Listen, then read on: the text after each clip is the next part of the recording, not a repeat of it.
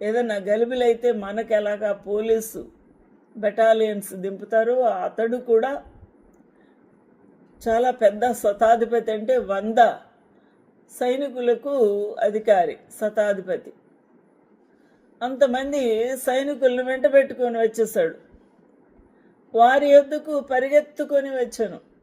ఏమో ప్రమాదం అయిపోయి చంపేస్తే ఇంకా భయంకరమైన గలిబిలైపోతుందని వెంటనే ఉన్నపాటున పరిగెట్టి వచ్చి ఉన్నారు బెటాలియన్. వారిపై అధికారిని, సైనికులను, రాణివారిని చూచారు.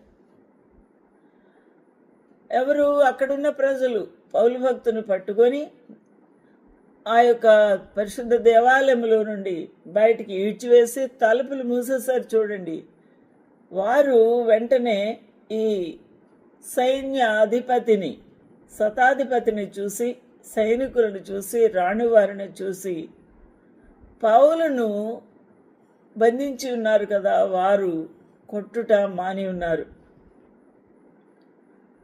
పై అధికారి దగ్గరకు వచ్చాడు.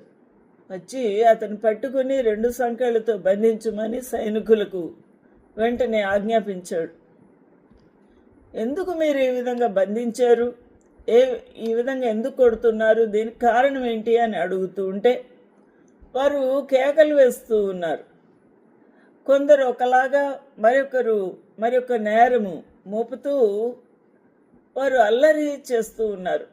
అతడు నిజముగా తెలుసుకొనలేక, అనగా ఏ పార్టీ చెప్పింది కరెక్టో అది తెలియలేదు. గోల గోలగా ఉంది, గలిబిలిగా ఉంది. ఎవరి మట్టుకు వారు స్టేట్మెంటు చెప్తూ ఉన్నారు. అందువలన తెలుసుకొనలేక ఆ శతాధిపతి ఎక్కడైతే ఉంటాడో ఆ కోటలోనికి తీసుకొని రమ్మని ఆజ్ఞాపించి అతన్ని అక్కడికి తీసుకొని వెళ్ళారు. పౌలు ఆ యొక్క కోట మెట్ల మీదికి తీసుకొని వెళ్ళారు. అక్కడికి వచ్చినప్పుడు జనులు గుంపు కూడి బలవంతము చేస్తున్నారు. సైనికులు అతన్ని మోసుకొని పోవలసి వచ్చాను. అయితే బలవంతం ఎందుకు చేస్తున్నారు? ఎలాగైనా సరే ఇతన్ని ఇక్కడే చంపేయాలని కొంతమంది ప్రయత్నం చేస్తూ ఉండగా వెంటనే సైనికులు వారిని పక్కకు తోసుకొని వెళ్ళి ఆ యొక్క పౌలును ముందుకు తీసుకొని వెళ్ళిపోయారు.